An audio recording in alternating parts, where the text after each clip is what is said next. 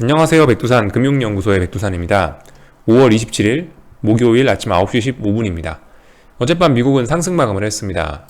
특별한 뉴스가 있었고 그런 건 아니고 하여튼 상승 마감을 했어요. 상승폭이 크지는 않았습니다. 어젯밤 분위기가 그렇게 우호적이지만은 않았어요. 이렇게 보면은. 근데 아무튼 상승 마감을 했습니다. 좀 내용을 살펴보시면 이렇단 말이에요. 그 상승폭들은 크지 않고, 또 그리고 여기 있는 이 어제 미국장 이 종목들 그림을 보시면 회색빛이 많죠. 회색빛이 많고 빨간불도 좀 많이 보입니다. 빨간불은 하락이죠. 근데도 불구하고 미국 대형주는, 그런데도 불구하고 일단 시장은 상승 마감을 했다는 겁니다. 어젯밤 같은 경우는 제가 가만히 보고 있었는데 중소형주들이 엄청나더라고요. 어제 미국 중소형주들이 많이 올라가면서 이 대형주들의 불안을 많이 잠재워 버렸습니다. 여기를 보시면 좀 잘 알 수가 있는데, 어차피 여기에는 중소형주들이 안 나오니까, 중소형주들이 그려질 자리가 없으니까요. 여기는 중소형주들 내용을 보시면 이래요. 5,890개 종목이 상승하고 1,895개 종목이 하락을 했습니다. 그러니까 시장 전체 종목의 72%가 상승을 했다고 써 있는데, 이러면은 시장이 빠지기가 어렵겠죠, 그죠? 제 생각에 미국의 중소형주들이 어제 시장을 구했다라고 저는 이렇게 보고 있습니다. 그래서 어젯밤에 이렇게 내용을 보면 장 초반에 음봉도 훅 나오고 이랬었는데, 그래서 미국 중소형주들이 막 시장 분위기를 좋게 끌어올리면서 하락하던 유럽 증시들마저 어느 정도 좀 낙폭을 되돌리게 하면서 이렇게 마감을 하더라고요. 죽어가던 유럽도 다시 살리더라고요, 미국이. 어쨌든 어젯밤에 그런 모습이 나왔습니다. 그래서 어젯밤에 상승폭은 적었지만 전 개인적으로 어젯밤에 어젯밤에 얼마 되지 않은 이 상승이 그래도 좀 의미를 가지고 있을 거라고 보긴 보는데요.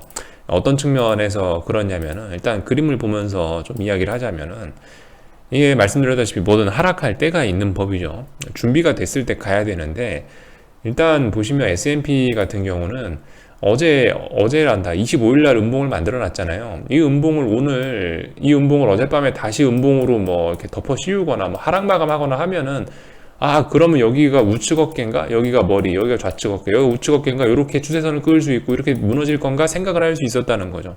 이 자리 굉장히 위험한 자리였었는데, 근데 이제 말씀드렸다시피 타이밍이 중요한데 버텼잖아요. 잘 버텨줬어요. 버티기만 해도 하락은 치명적이거든요. 잘 버텨줬기 때문에 뭐겠어요. 그러니까 어젯밤에 이 양봉을 보였다는 것은 제 생각에 이제 시장이 우리한테 이런 메시지를 던지는 것 같아요. 나 전고점에 한번 도전할 거야 라는 거를 의미하는 것 같아요.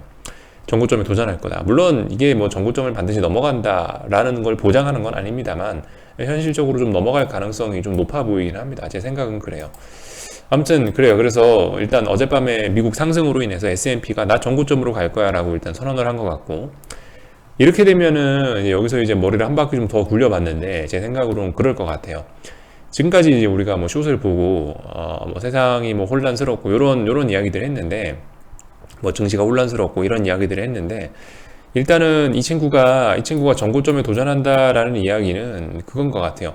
그러니까 지금까지 전 세계가 혼란스럽고 이랬었긴 했는데, 혼란스럽다는 얘기가 이제 어떤 대장도 없고 분위기 메이커도 없고 이렇다는 얘기인데, 여기서 S&P가 전고점으로 가겠다라고 해버리면은 어떻게 되냐면, 이제 어떤 최소한 전 세계 주식시장에, 전 세계 금융시장의 하방 경직성을 만드는 요인이 되지 않을까라는 생각을 한다는 거죠.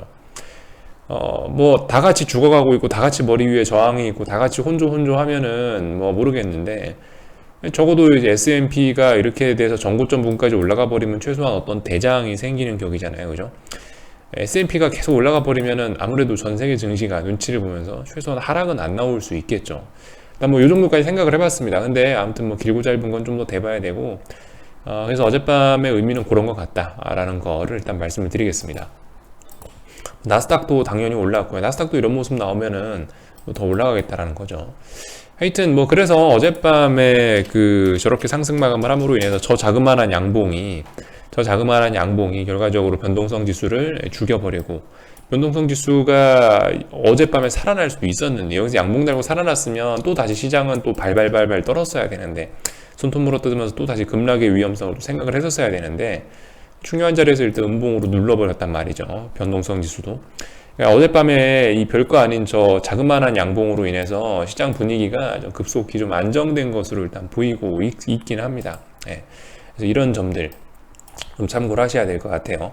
어젯밤 미국 같은 경우는 시장이 좀 안정돼 간다라는 일단 요런 느낌을 좀 받았습니다. 어젯밤에 미국 주식시장 이야기는 이 정도 하고, 달러 인덱스 같은 경우는 일단 어젯밤에 뭐 반등을 하긴 했는데요. 반등을 하긴 했는데, 아직까지 뭐 의미 있는 라인, 제가 말씀드렸다시피 그 자리가 90.2 정도 되는 것 같아요. 숫자로 보면. 90.2를 아직 돌파 한착하지는 않았습니다. 그죠?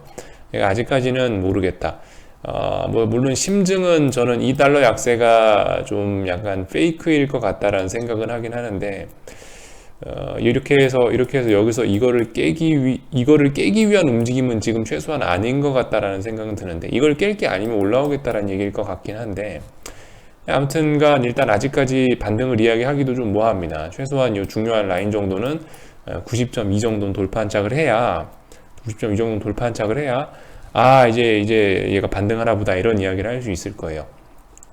하여튼 어젯밤에 이제 달러가 올라옴으로 인해서 이제 오늘 영향을 받을 부분들이 있겠죠. 오늘 아시아장에 뭐 위안화라든가 원화 환율 이런 것들이 좀 영향을 받겠죠.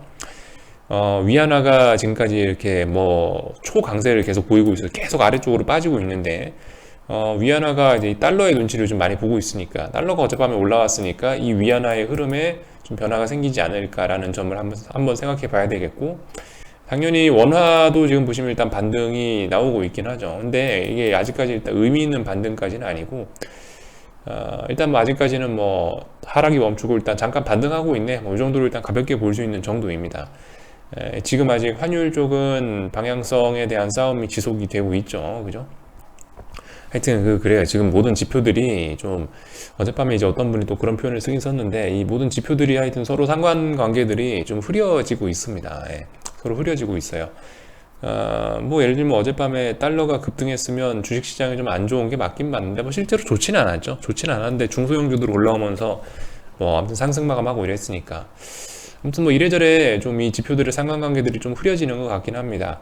여전히 뭐 혼란스러운 과정 안에 있긴 있겠죠. 근데 일단 아무튼 우리가 베팅하는 건 이제 주로 주식시장에 베팅하니까, 주식시장은 지금 당장 조금 더 올라가려고 하는 이런 냄새를 피우고 있긴 해요. 그래서 그런 점들을 좀 일단 보셔야 되겠고, 뭐 방금 말씀드렸다시피 중국 위안화도 한번 살펴만 보자면은, 일단 뭐 위안화도 반등하려고 하긴 하는데 달러가 올라오니까, 일단 뭐 말씀드렸다시피 이것도 의미 있는 반등은 아직까지는 아니죠. 의미 있는 반등이 일어나려면 조금 더 올라와야 되겠죠.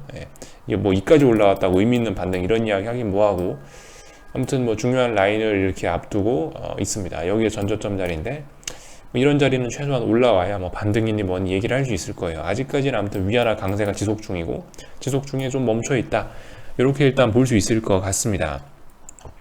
그래서 일단 뭐 해외 시장 이야기는 이 정도 했고요. 오늘 밤인가요? 그죠? 오늘 밤이라고 해야 될 것 같아요. 오늘 아닌가? 오늘 밤이 아닌 내일 밤이라고 해야 되나? 그죠? 오늘 밤이 아니네요. 이 경제지표 발표들을 보면은 오늘 밤은 아니고, 오늘 같은 경우는 미국 GDP 발표하고 뭐 경제 있죠. 고용지표, 신규 실업수당 청구 건수 뭐 이런 거 나오고 있고요. 금요일 날 같은 경우는 이제 코어 PCE라고 해가지고, 요즘 인플레이션에 시장에 관심이 많지 않습니까? 그죠? 인플레이션과 관련된 지표가 금요일 날에 나올 거다라는 거 정도 보고 계시면 좋을 것 같습니다. 일단은, 그죠? 오늘 밤에 미국 GDP, 그거하고 고용지표 참고하시고, 내일 밤은 PCE 물가지표 나오는 거 참고하시라. 요 정도. 미국 시장 지표들은 요 정도 보시면 될 것 같아요. 그래서 일단 여기까지 이야기를 했고, 비트코인들은 일단 어젯밤에 뭐 넥라인까지 터치는 못하고 윗꼬리를 달긴 달았는데, 일단 여기서 밀리느냐 안 밀리느냐가 중요할 겁니다. 그죠? 자, 여기가 넥라인이죠. 넥라인까지 어제 올라가려고 시도는 하긴 했는데, 일단은 도달하지 못하고 윗꼬리 달렸다. 여기 있는 이 위에 꼬리가 의미가 있으려면은 여기서 이제 밀려야지 의미가 있겠죠. 하여튼 비트코인은 분위기 안 좋죠. 비트코인은 일단 계속 분위기 별로 좋지는 않아 보입니다. 물론 지금은 반등 중인데, 이 반등이 여기서부터 이까지에 불과하다면 정말 이 분위기 안 좋은 것이겠죠. 참 어떻게 되려나 모르겠어요. 하여튼 달러가 빨리 뭐 속 시원하게 어떤 뭐 자리를 돌파한 척하고 뭐 그런 모습이 나오면은 뭐 모르겠는데, 뭐 여전히 혼조합니다. 뭐 이도저도 아닌 분위기가 좀 이어지고 있는 것 같아요. 자, 한국 시장으로 넘어왔는데요. 그래서 일단은 말씀드렸다시피 어젯밤 미국이 S&P가 그렇게 나 정고점 한번 가보겠어 라고 이야기를 한다면은 일단 개인적으로 한국 시장도 하방 쪽으로는 좀 경직성을 보이지 않겠냐, 좀 아래쪽으로 안 빠질, 최소한 빠지더라도 다시 올라오지 않겠냐라는 생각 정도를 일단 하면서 보고 있긴 합니다. 어젯밤에 그리고 미국이 상승 마감을 하니까 보시면은 아무튼 하락은 그래요. 이게 여러분들 상승 같은 경우는 상승은 시간을 끌면서, 그러니까 지수가 올라가더라도 콜옵션은 시세가 안 날 수도 있어요. 보시면은 아무튼 뭐 여기서부터 여기까지 지수가 올라가더라도 보시면 콜옵션은 그냥 제자리잖아요. 뭐 이럴 수 있어요. 근데 하락 같은 경우는 보통 이제 그렇지 않죠. 하락 같은 경우는 하락하면 반드시 풋옵션이 같이 움직이게 돼 있는데, 어젯밤에 아무튼 지수가 어젯밤에 미국이 상승 마감하면서 풋옵션들이 일단은 개파락 출발했거든요. 이런 자리에서 개파락 출발한 자리가 어디냐면 어제 나왔던 꼬리 부분에서 일단 개파락 출발을 하긴 했습니다. 솔직히 이게 이제 별로 살아나려는 그림이라고 보이지는 않습니다. 만약에 얘가 살아나고 싶다면, 진정으로 살아나고 그럴 거라면은 어제 몸통 내에서 뭐 개파락을 하더라도 몸통 내에서 개파락하거나 어제 시가 부분에서 개파락하는 거 정도까지는 괜찮았는데 근데 일단 좀 개파락 폭이 좀 심하다라는 생각이, 이렇게 개파락해서 꼬리 부근에서 개파락하면 오늘 좀 일단 살아나긴 어렵지 않을까라는 생각을 좀 개인적으로는 일단 하고는 있어요. 근데 아무튼 오늘 뭐 보시다시피 이런 식으로 풋옵션이 살아나는지 여부는 아무튼 잘 봐야 될 것 같긴 합니다. 우리가 베팅하는 건 아무튼 뭐 주식시장이니까 뭐 달러가 어쩌고 저쩌고 간에 아무튼 어딘가를 붕괴시키고 뭐가 살아나면은 또 해보긴 해봐야 되겠죠. 아무튼 오늘 일단 저는 일단은 하방 경직성 정도를 생각하고 한국 시장을 보고 있다라는 이야기입니다. 미국이 중요한 자리에서 아무튼 올라 버렸다라는 이야기, 또 그리고 미국 변동성이 죽었다라는 이야기. 미국 변동성이 죽었다는 얘기는 이제 미국장 풋옵션들이 한 대 얻어 맞았다라는 얘기죠. 그러니까 한국 시장도 하방이 조금 좀 어렵지 않겠냐라는 생각 정도는 개인적으로 하고 있고요. 다만 이제 아무튼 되게 혼란스럽긴 해요. 이 삼성전자 이런 거 보시면, 삼성전자는 지금 이제 완전 이제 죽을라 그러는데 라는 생각이 좀 들긴 들어요. 삼성전자 죽는데 이 지수가 하방 경직성 나올 수가 있나 싶기도 해요. 그러니까 저도 지금 잘 모르겠어요. 이 다양한 지표들이 너무 헷갈리게 합니다. 하여튼 그래서 저 같은 경우는 그냥 이제 별 생각 안 하고 보고 있다가 뭐 예를 들어서 뭐 이런 식으로 풋옵션이 오늘 마감을 뭐 이런 식으로 한다거나 그 와중에 이제 콜옵션들이 중요한 자리를 이제 오늘처럼 지금처럼 아직 이거 강하게 붕괴시킨 거 아니죠. 이 정도 떼면 뭐 그냥 괜찮아요. 이 정도 떼면 괜찮은데 콜옵션들이 와르르 무너지거나 하면 어쨌든 베팅을 하긴 할 건데요. 일단 오늘 그렇게 막 와르르 하거나 그럴 가능성은 좀 낮다라고 생각하고 일단은 보긴 보려고요. 네. 그리고 제가 어제 말씀드린 자리가 어디였죠? 그 갭 자리 421.3이란 자리가 좀 선물에서 의미 있는 자리인 것 같다라는 이야기 드렸죠. 그리고 뭐 물론 뭐 대충 하여튼 422라고 봐도 됩니다. 422 자리가 또 어떤 지지력이 돼가지고요. 하여튼 뭐 모르겠어요. 지금 어떻게 움직일지 모르겠는데 일단 머릿속에 그런 생각을 깔고 있다. 오늘 미국이 올랐으니까 하방 경직성 나올 것 같고, 풋옵션이 저렇게 나왔다는 건 일단 오늘 그래도 좀 풋옵션을 살려줄 것 같지는 않은데 라는 생각 정도는 일단 머릿속에 깔고 있는데, 그건 아무튼 그 머릿속에 심증 넣어놓고 보는 거고, 아무튼 뭐 오늘도 콜과 풋의 싸움, 뭐 421.3 뭐 이런 자리들 유심히 뭐 잘 보고 있겠습니다. 아무튼 삼성전자는 약하고요, 확실히. 그죠? 삼성전자는 확실히 약해요. 지금 보면은 4거래일 동안 어딘가 뭐 저항을 만들어 놓고 여기서 밀리는 모습까지 나오고 있으니까 일단 뭐 우리나라 시가총액 1위 종목은 분명히 안 좋습니다. 그렇지만 지금 한국은 아무튼 뭐 다른 종목들이나 이런 것들이 좀 좋은 편이라 가지고 그나마 지금 좀 지수가 안 빠지는 것 같아요.